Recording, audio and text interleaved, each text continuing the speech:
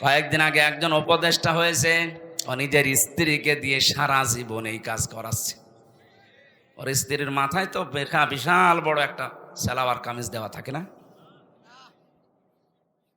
ও যে সমস্ত cinema, novel, নাটক, থিয়েটার বানিয়েছে, আপনি দেখেছেন এই যে bachelor, third person singular number, আমি উপন্যাস পড়েছিলাম, ওইগুলো দিয়ে এখন সিনেমা বানিয়েছে।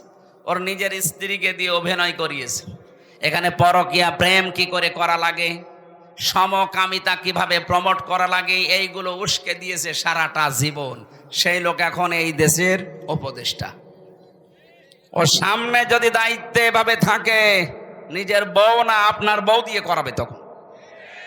এই জন্যই তো এই দেশে এখন ঝড় উঠতেছে, না এরে বাদ দিন। আপনি দরকার হয় ছাগলকে বসান, কিন্তু এরে বসানো যাবে না। ৯৬% মুসলমানের দেশে যারা আল্লাহর নিষিদ্ধ কাজ, পুরুষে পুরুষে নাকি বিয়ে করবে। বাড়ি যেয়ে কালকে বলবেন। আপনি টের পাচ্ছেন কোথায় যাচ্ছে? খালি নামাজ পড়ে রোজা রেখে কালো বোরকা পরে হাঁ করে থাকলে হবে? বাস্তবতা নেওয়া লাগবে না? আপনার মেয়ে কালকের দিন পরে নিয়ে চলে যাবে, বলবে যে না দেওয়া লাগবে।